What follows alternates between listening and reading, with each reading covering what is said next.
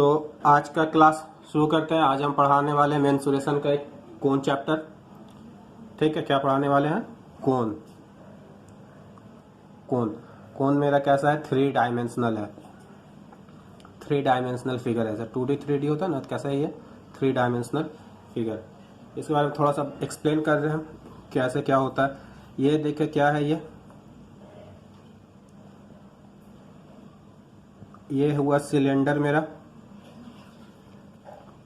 ठीक है, सिलेंडर ने पढ़ाएंगे आज, कोन ही पढ़ा रहे, जस्ट इसका एक फॉर्मूला ही सिर्फ लिख रहे हैं। ये मेरा सिलेंडर हुआ।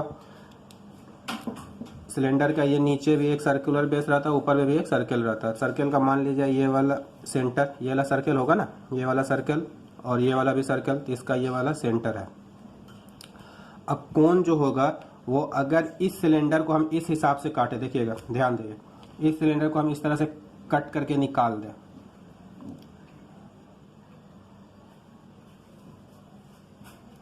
ठीक है, ये जो पोर्शन मेरा बना, ये वाला,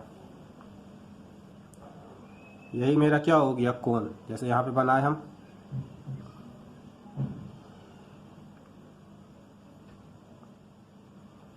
ठीक है, ये मेरा हो गया कोन। नीचे सर्कल शेप का रहेगा, तो जब ये सर्कल है, सर्कल का सेंटर रहेगा, तो ये मेरा हो गया सेंटर। अब आपको पता होगा सेंटर से जो सरकमफ्रेंस से जो लाइन टच करता है उसको क्या बोला जाता है? रेडियस। तो ये मेरा हो गया रेडियस। ठीक, ये हो गया रेडियस। और सेंटर से टच करते हुए यहाँ ये वाला जो पॉइंट हुआ उसको जो लाइन ज्वाइन करता है परपेंडिकुलर, ये 90 डिग्री रहता है। ठीक, ये 90 डिग्री, ये कहलाता है हाइट। ये आर हो गया, ये मेरा हो गया क्या? एच हो गया। और ये जो है इसको बोला जाता है स्लांट हाइट। क्या बोला जाता है? Slant height. एल सिंबल से इसको लिखा जाता है, इसका नाम होता है स्लांट हाइट। ठीक है, ये हाइट है और ये आपका स्लांट हाइट हुआ, और ये क्या हो गया? रेडियस हो गया। बात आ रहा समझ में? अब बाबू यहाँ पे देखो ये चीज, ये एक राइट एंगल ट्राइंगल बन रहा ना, ये एक राइट एंगल ट्राइंगल, ये वाला ही यहाँ से लेकर के देखो, ये 90 डिग्री। जब ये राइट एंगल ट्राइंगल बन रहा है तो आपको बता देना 90 डिग्री का ऑपोजिट वाला जो साइड रहता है, 90 डिग्री का जो ऑपोजिट वाला साइड रहता है, यानी कि ये क्या कहलाएगा? आपका हाइपोटेन्यूज। ये क्या हो जाएगा? हाइपोटेन्यूज। सिंबल से आप लोग धोखा नहीं खाइएगा, ये हाइट है। ठीक, ये हाइट है। हाइपोटेन्यूज का रोल यहाँ पे कौन प्ले कर रहा? हाइपोटेन्यूज का रोल यहाँ पे स्लांट हाइट प्ले कर रहा है। ठीक है, तो ये आपका हो गया स्लांट हाइट जो हाइपोटेन्यूज का रोल प्ले कर रहा है। ये आपका हो गया हाइट, ये आपका रेडियस हो गया, बेस पकड़ रहा है। तो एक राइट एंगल ट्राइंगल में हम लोग का ये फॉर्मूला पता होना चाहिए कि हाइपोटेन्यूज का स्क्वायर इक्वल टू क्या होता है? P square plus B square, यानी कि H square plus R square. ये रिलेशन आप लोग याद रखिएगा। ये किस में रिलेशन है? रिलेशन किसके किसके बीच में है? ये स्लांट हाइट और रेडियस, ये इसको लेकर के रिलेशन। तो पहला रिलेशन हम लोग ये वाला जाने। ठीक है, कुछ फॉर्मूला इस पे हम डिस्कस बताते हैं आपको, क्या क्या फॉर्मूला है। ये वाला रिलेशन, पहला रिलेशन तो ये वाला। दूसरा आप यहाँ पे ध्यान दीजिएगा, नंबर 1, वॉल्यूम ऑफ कोन जो होता है, क्या होता है? वॉल्यूम ऑफ कोन। अच्छा, वॉल्यूम ऑफ कोन से पहले हम एरिया लिख रहे हैं, पहले एरिया समझा रहे हैं। देखिए एरिया, यहाँ पे कोन का एरिया 2 तरीके से होता है। ठीक है, एक को बोला जाता है टोटल होल सरफेस एरिया या फिर टोटल सरफेस एरिया। दूसरा को बोला जाता है स्लांट साइड सरफेस, ये दूसरा को बोला जाता है कर्व सरफेस एरिया। ठीक है, दूसरा क्या बोला जाता है? Curve surface area. एक होता है टोटल सरफेस एरिया, एक होता है curve surface area. Curve surface area का ही दूसरा नाम है लैटरल सरफेस एरिया। तो लैटरल सरफेस एरिया का जो फॉर्मूला होता है, क्या होता है लैटरल सरफेस एरिया? हम बता रहे हैं, पहले फॉर्मूला लिखते हैं। लैटरल सरफेस एरिया, इसका जो फॉर्मूला होता है वो होता है पाई आर एल। पाई का वैल्यू आपको पता होना चाहिए। पाई का वैल्यू क्या होता है? 22/7 या फिर 3.14। क्लियर है? हो गया पाई। आर आपका रेडियस हो गया, एल मेरा क्या हो गया? स्लांट हाइट हो गया। तो ये हो गया लैटरल सरफेस एरिया। अच्छा नीचे बाबू ये कौन सा है? बेस इसका जो है, कोन का जो बेस होता है, कोन का जो बेस होता है वो कौन सा शेप का रहता है? सर्कल शेप का रहता है। ये कोन का जो बेस है वो कौन सा शेप का है? सर्कल है। तो सर्कल का एरिया फॉर्मूला क्या होता है, पाई आर स्क्वायर। तो यानी कि एरिया ऑफ बेस अगर हम लिखना चाहें, area of base, area of base किसका, कोन का, एरिया ऑफ बेस किसका, कोन का, तो क्या हो जाएगा पाई आर स्क्वायर। तो लैटरल सरफेस एरिया, देखो लैटरल सरफेस एरिया क्या होता है, ये जो कर्व पोर्शन होता है ना उसी को लैटरल सरफेस एरिया बोला जाता है। जैसे हम यहाँ पे आपको समझा रहे हैं, सपोज करो हम इससे कोन बना रहे हैं,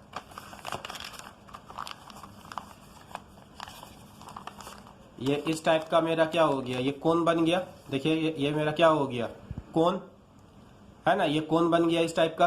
तो ये जो पोर्शन हुआ, ये जो कर्व टाइप का, ठीक, उसको बोला जाता है लैटरल सरफेस एरिया या फिर कर्व सरफेस एरिया। नाम से ही पता चल रहा है ये जो कर्व पोर्शन, ये जो कर्व पोर्शन आ रहा है, ये पूरा कर्व, ठीक है, ये पोर्शन पूरा, तो इसको बोला जाता है लैटरल सरफेस एरिया या फिर कर्व सरफेस एरिया। अगर लैटरल सरफेस एरिया में एरिया ऑफ बेस दोनों को अगर हम ऐड कर दें तब कहलाता है मेरा टोटल सरफेस एरिया। क्या कहलाता है मेरा, टोटल सरफेस एरिया या फिर होल सरफेस एरिया। ये क्या बन जाएगा, कर्व सरफेस एरिया जो रहता है वो रहता है pi r l plus area of base. Area of base क्या होता है, पाई आर स्क्वायर। अब यहीं से पाई आर कॉमन लेते हैं तो बचता क्या है, एल प्लस आर। तो ये ठीक है, तो ये मेरा एक फॉर्मूला आया।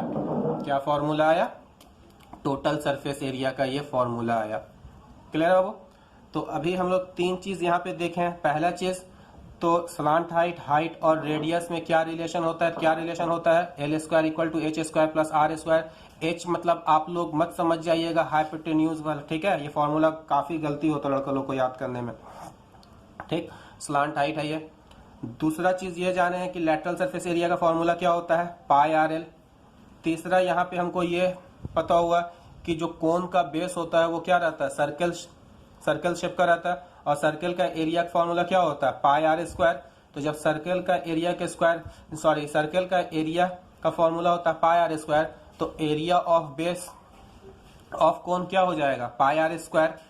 तो ये हमारा हो गया कर्व सरफेस एरिया, ये मेरा हो गया एरिया ऑफ बेस। अगर इन्हीं दोनों को मिला देते हैं हम, पाई आर एल और पाई आर स्क्वायर, इन दोनों को मिला देते हैं तो ये क्या कहलाता है, टोटल सरफेस एरिया, ठीक है, टोटल सरफेस एरिया। तो यहाँ से हम वही पाई आर कॉमन लिए, तो ये, तो आपको ये तीन फॉर्मूला लिखना है। पहला ये रिलेशन लिखना है, दूसरा लैटरल सरफेस एरिया का फॉर्मूला क्या होता है वो लिखना है, तीसरा टोटल सरफेस एरिया क्या होता है।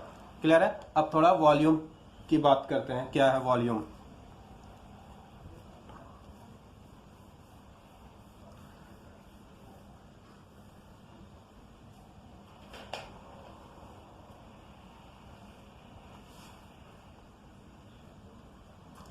देखिए कोन का वॉल्यूम बताने से पहले हम सिलेंडर का वॉल्यूम एक बार आपको बता रहे हैं। सिलेंडर का जो वॉल्यूम ऑफ सिलेंडर होता है, बस सिर्फ फॉर्मूला याद रखिएगा, वॉल्यूम ऑफ सिलेंडर जो होता है वो होता है pi are square H.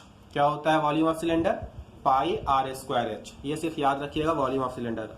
Relation आता है इन दोनों में, इसलिए हम अभी इसको बता दे रहे हैं कोन और वॉल्यूम में इसमें कोन और सिलेंडर में क्या रिलेशन है।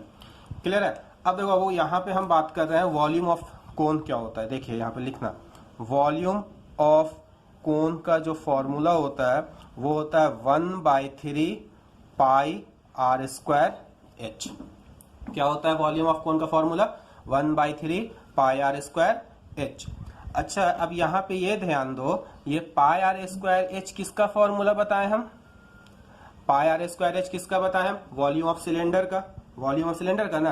तो हम ये चीज नहीं लिख सकते हैं volume of cone equal to ये 1/3 ऐसे ही रहने दिए, ये पाई आर स्क्वायर एच के जगह पे हम ये लिख सकते हैं volume of cylinder into volume of cylinder. बात आ रहा समझ में। अब एक काम करो, हम ये यहां से देखो, हम ये एक काम कर रहे हैं, वॉल्यूम ऑफ कोन बाई, इसको नीचे लेकर के आ रहे हैं, volume of cylinder equal to कितना हो जाएगा, 1/3। ये काफी बार रिलेशन पूछा जाता है एग्जाम में, वॉल्यूम ऑफ कोन और वॉल्यूम ऑफ सिलेंडर का रेशियो क्या होता है। क्या होता है रेशियो? 1:3 का होता है। पहला चीज ये, या फिर ऐसे करके हो सकता है क्रॉस मल्टीप्लाई करके दे दे। यहां से अगर हम एक स्टेप और आगे जाएं तो ये होगा ना, volume of cylinder cross multiply कर रहे हैं तो इक्वल टू क्या हो जाएगा, 3 इंटू वॉल्यूम ऑफ कोन। ये रिलेशन बाबू आप लोग याद रखिएगा, ठीक है। एग्जाम में ये ऑब्जेक्टिव में 1 या 2 मार्क्स में पूछता है। What is the relation between volume of cylinder and volume of cone if radius and height are same. अगर रेडियस और हाइट सेम रहता है तब, ठीक है। या तो रेशियो पूछता है या तो फिर ये पूछता है।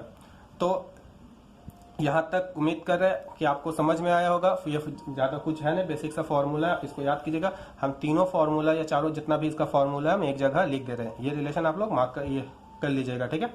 हम सारा रिलेशन को एक बार लिख ले रहे हैं, उसके बाद आज का एक क्लास शुरू करते हैं।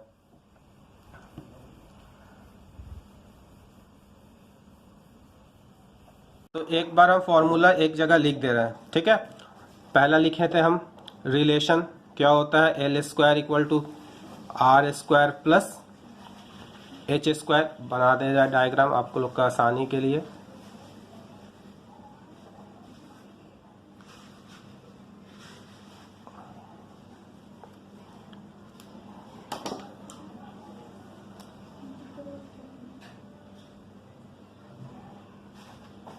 ये हो गया आपका रेडियस, ये हो गया आपका हाइट, ये स्लांट हाइट। तो पहला तो ये relation L square equal to R square plus H square, ठीक है। पहला चीज ये। दूसरा चीज lateral surface area, lateral surface area. Lateral surface area को कर्व सरफेस एरिया भी बोला जाता है। इसका फॉर्मूला क्या होता है, पाई आर एल। पाई मेरा क्या हो गया, पाई का वैल्यू कितना होता है 22/7 या फिर 3.14 लेंगे। थर्ड नंबर में, अच्छा, एरिया ऑफ बेस। बेस कौन सा शेप का है, सर्कल शेप का है। तो area of base of cone क्या हो जाएगा, वो पाई आर स्क्वायर। क्यों पाई आर स्क्वायर हुआ, क्योंकि सर्कल का है ना। सर्कल का एरिया फॉर्मूला क्या होता है, पाई आर स्क्वायर।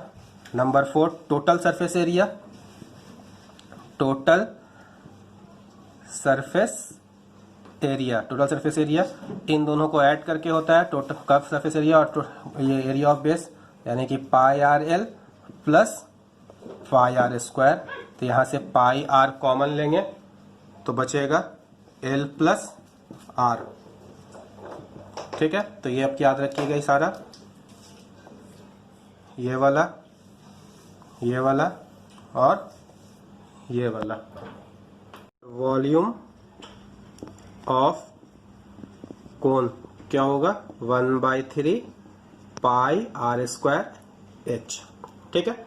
आप ये फॉर्मूला लिख लीजिएगा, उसको याद कीजिएगा। क्लियर है। और एक जो रिलेशन बताए थे, क्या रिलेशन बताए थे हम, volume of cone by volume of cylinder.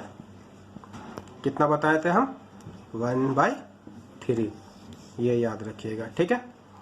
अब बात करते हैं, कुछ यूनिट हम बता दे रहे हैं, आपको पता होगा सभी को, फिर भी अब मेरा जो काम है वो कर दे रहा है। एरिया, एरिया का यूनिट क्या होता है, यूनिट क्या होगा, मीटर स्क्वायर होगा, सेंटीमीटर स्क्वायर होगा, इसी सब चीज में होगा। या फिर इसको स्क्वायर मीटर बोला जाता है, स्क्वायर सेंटीमीटर बोला जाता है, ठीक है। जब भी हम देखेंगे कि metre square, centimetre square, decimetre square, बस हम एग्जाम्पल के लिए 2 लिए, ठीक है। जब भी स्क्वायर में रहेगा तो हम समझ जाएंगे मेरा एरिया दिया हुआ है। कभी कभी क्या होता है कि जैसे हिंदी मीडियम वाले बच्चों को या उर्दू मीडियम वाले बच्चों को या फिर बहुत सारे को, इंग्लिश मीडियम वाले को भी समझ में नहीं आता है कि एरिया दिया हुआ है, वॉल्यूम दिया हुआ है उन लोग को। तो अगर नहीं समझ में आए लैंग्वेज से तो आप यूनिट से पहचानने की कोशिश कीजिएगा। जिसमें स्क्वायर लगा हुआ मेरा क्या हो गया, एरिया हो गया, और जिसमें क्यूब लगा रहेगा वो क्या हो जाएगा, वॉल्यूम हो जाएगा। जैसे मीटर क्यूब रहेगा, सेंटीमीटर क्यूब रहेगा। इसको ऐसे भी लिखा जा सकता है, क्यूबिक मीटर, क्यूबिक सेंटीमीटर। तो जहां चीज ये क्यूब में रहेगा वो आपका हो जाएगा वॉल्यूम, और जहां स्क्वायर में रहेगा वो हो जाएगा आपका एरिया। अब कुछ चीज हम बता देते हैं कि कहाँ पे हम लोग वॉल्यूम निकालेंगे, कैसे समझेंगे, कहाँ पे क्या एरिया का बात हो रहा है कैसे समझेंगे। सपोज कीजिए आपको कोई भी चीज को पेंट करना है, ठीक है, सपोज कीजिए आपको कोई भी चीज को पेंट करना है। ये कोन लिए हम, ये कोन को आपको क्या करना है, ये कोन ले रहे हैं हम, देखिए ये कोन को आपको पेंट करना है, ठीक है। तो पेंट आप कहाँ कीजिएगा, पेंट जब कीजिएगा तो कहाँ कीजिएगा, ये सब पोर्शन में कीजिएगा, ठीक है। तो अगर पेंट जब करना रहेगा तो हम क्या लेंगे, एरिया के बाद एरिया लेंगे, ठीक है। पेंट हो गया, पॉलिश हो गया, ये सब चीज करने के लिए क्या चीज करेंगे, हम एरिया निकालेंगे, ठीक। और अगर ये बोला जाएगा कि इसके अंदर कितना पानी जूस जो भी है, इसके अंदर कितना पानी जूस कुछ भी कितना है, तो उस केस में क्या निकालेंगे हम लोग, वॉल्यूम निकालेंगे। बात समझ में आ रहा। जब भी पेंटिंग का बात होगा, पॉलिशिंग का बात होगा, ये सब चीज जब भी होगा तो हम लोग लेंगे एरिया, और इसके अंदर कितना है मान लिया जाए, वो चीज पूछेगा तो हम उसमें क्या निकालेंगे, वॉल्यूम निकालेंगे। या फिर मान लीजिए ये लोहे का बना हुआ है, ठीक, तो अगर लोहे का बना हुआ है तो कितना क्वांटिटी लोहा से बना हुआ है ये, तो उस केस में भी हम लोग क्या निकालेंगे, वॉल्यूम। कोई भी चीज कितना किस चीज से बना हुआ उसका क्वांटिटी अगर कहेगा तो हम लोग उस केस में भी वॉल्यूम निकालेंगे। क्वेश्चन करेंगे तो आपको बेहतर समझ में आएगा। चलिए अब क्वेश्चन की तरफ चलते हैं। तो ये मेरा आज का फर्स्ट क्वेश्चन लिए हम, क्या कह रहा, in a right circular conical tent, कोई एक राइट सर्कुलर कोनिकल टेंट है। राइट सर्कुलर कोन ही हम लोग का सिलेबस में, ठीक है। राइट सर्कुलर इसलिए नाम दिया जाता है क्योंकि बताया था ना राइट एंगल ट्राइंगल, तभी ना रिलेशन आया था L² = 2H² + R², इसलिए, ठीक है। एक कोनिकल टेंट है, सबसे पहले हम एक कोनिकल टेंट बना ले रहे हैं।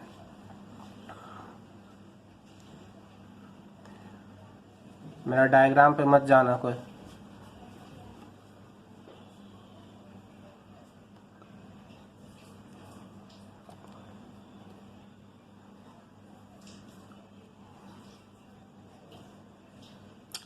गलत बन गया, ठीक है। मेरा फिर से बना रहे हैं,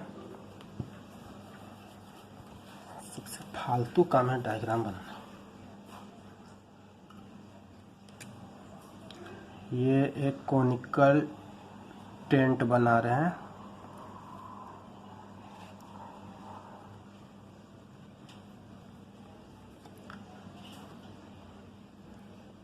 चलो मान लीजिए कोनिकल टेंट है, नीचे सर्कल शेप का, तो ये हो गया सेंटर, ठीक।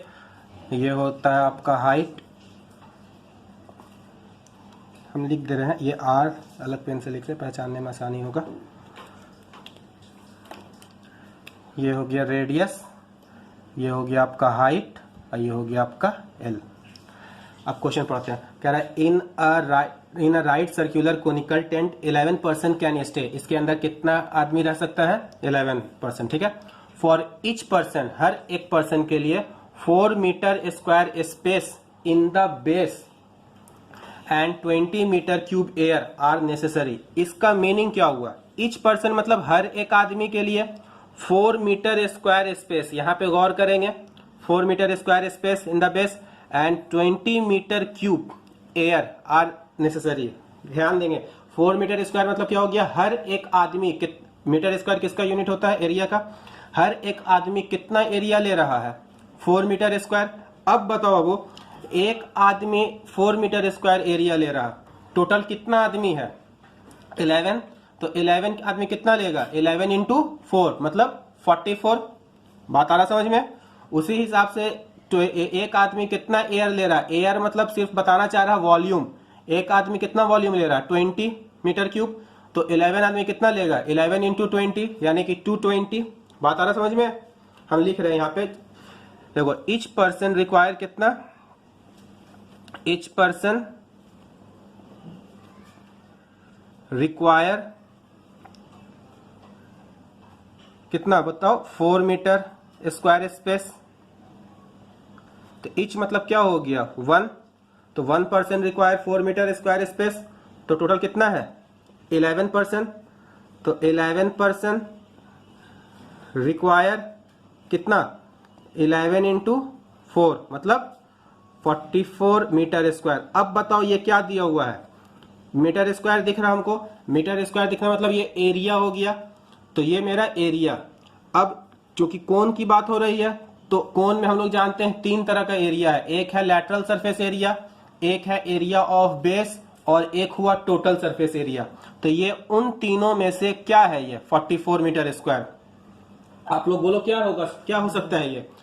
44 metre square lateral surface area होगा, या फिर एरिया ऑफ बेस होगा, या फिर टोटल सरफेस एरिया होगा।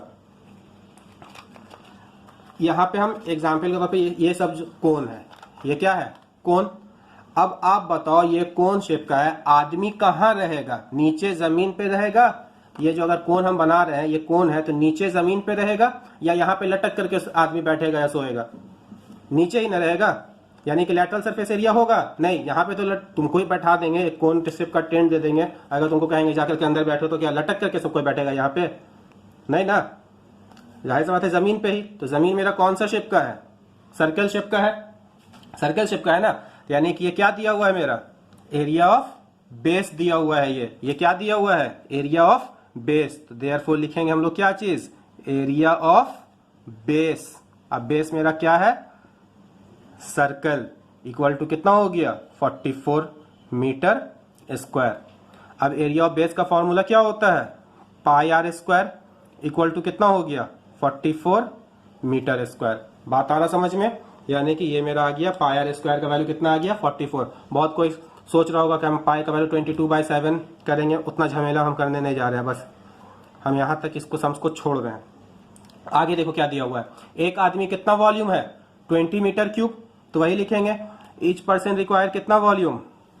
ईच पर्सन रिक्वायर्स कितना? 20 मीटर क्यूब एयर। तो टोटल कितना है? 11 है। तो 11 पर्सन रिक्वायर्स कितना हो जाएगा? 11 इंटू 20 मीटर क्यूब। अच्छा बाबू ये क्या है मेरा? वॉल्यूम। तो वॉल्यूम तो एक ही जानते हैं, यानी लिखेंगे यहाँ पे वॉल्यूम ऑफ कोनिकल टेंट कितना हो गया? 11 इंटू 20 मीटर क्यूब। अच्छा वॉल्यूम है तो वॉल्यूम का फॉर्मूला क्या बताए थे हम? बताओ।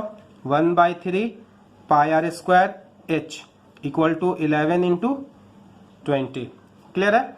अब यहाँ पे गौर करो, ये कितना दिया हुआ है? Pi are square. ये क्या है?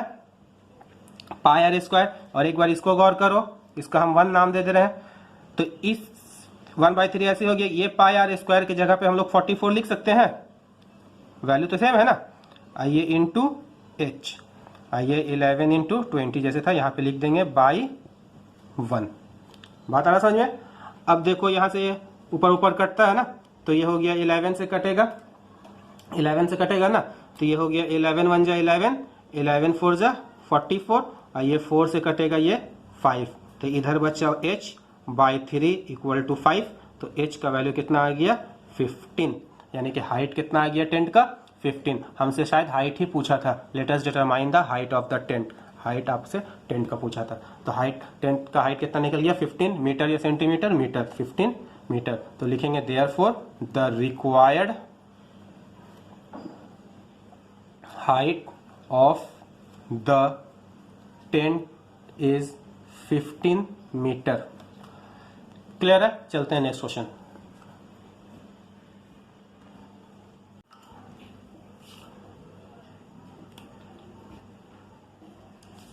तो बाबू ये मेरा आज का सेकंड क्वेश्चन हुआ। क्या कह रहा?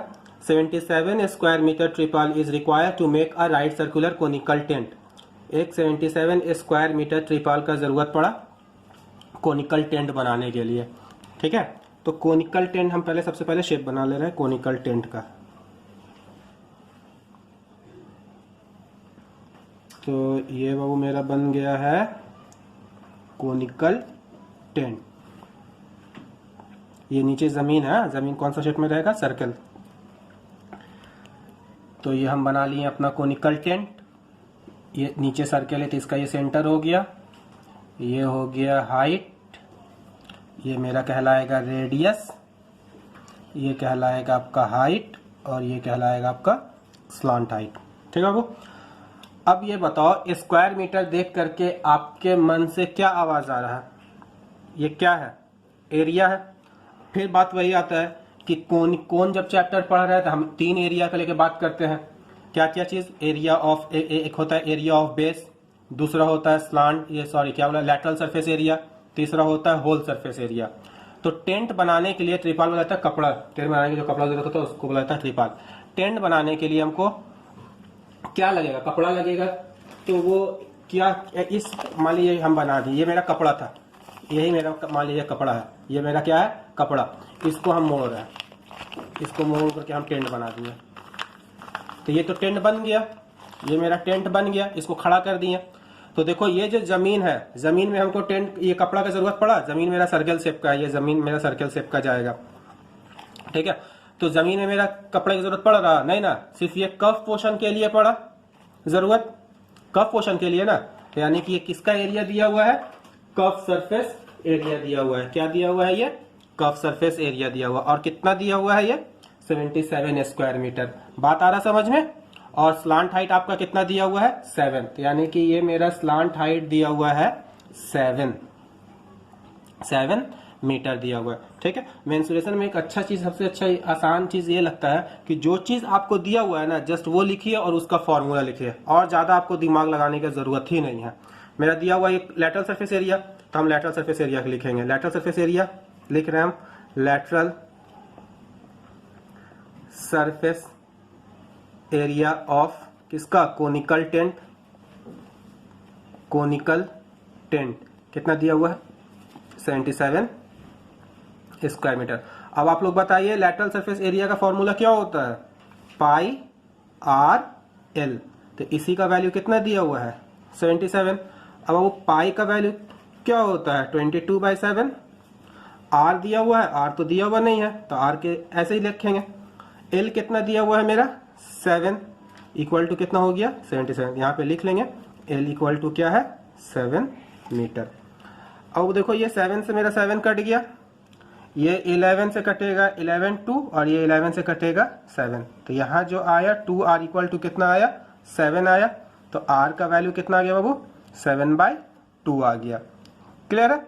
आपसे पूछा क्या गया था? ये देखिए, आपसे जो पूछा गया था वो क्या पूछा गया था?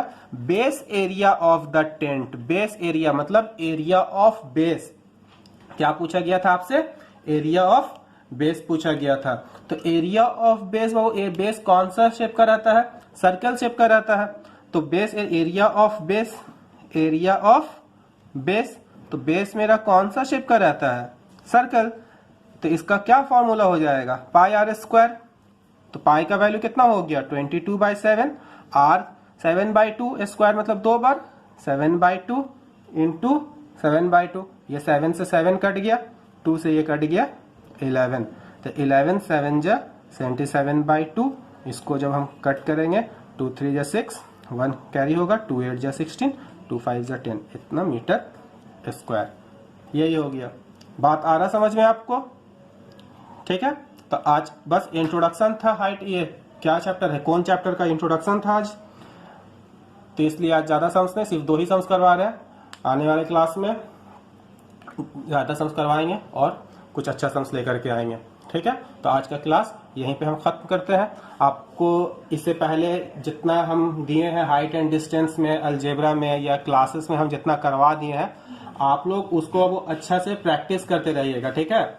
ये जो टाइम आपका, देखिए अभी आपका स्कूल भी बंद है, तो आपको स्कूल का टाइम बचता होगा, सारा ट्यूशन वगैरह भी बंद है, तो सारा टाइम आपके, बहुत टाइम है अभी आपके पास पढ़ने के लिए। तो आप इसको ऐसे ही बर्बाद नहीं कीजिए। जितना कुछ हो चुका है पहले और अभी जो भी हो रहा है, आप उसको बार बार उसको अच्छे से रिवीजन करते रहिए। समझ में आया? आप ये मान कर चलिए कि जितना कुछ अभी तक पढ़ाई हो गया लॉकडाउन के बाद, उतना का ही समझिए फाइनल एग्जाम आपको देना है। तो फाइनल एग्जाम के लिए कैसे तैयारी किया जाता है एकदम, ठीक है। उसी तरह सोचिए कि आप लोग को सिलेक्शन के बाद छुट्टी दिया गया है अच्छा से पढ़ने के लिए, और जैसे ही लॉकडाउन खत्म होगा समझिए कि आप फाइनल एग्जाम देने जा रहे हैं। तो कैसे तैयारी रहना चाहिए? पूरा चीज़ एकदम अच्छा से प्रैक्टिस रहेगा तभी तो। आप ये चीज़ दिमाग में रख करके चलिए और ये सोच करके ही प्रैक्टिस कीजिए। जितना चीज़ हो गया है उसको अच्छा से, जितना ज़्यादा से ज़्यादा हो सकता है प्रैक्टिस कीजिए। सिर्फ मैथ्स की ही बात नहीं कर रहे, बाकी जितना भी सब्जेक्ट है आपका, history, geography, life science, physical science, जो भी है, ठीक है। तो आज का क्लास हम यहीं पे ख़त्म करते हैं।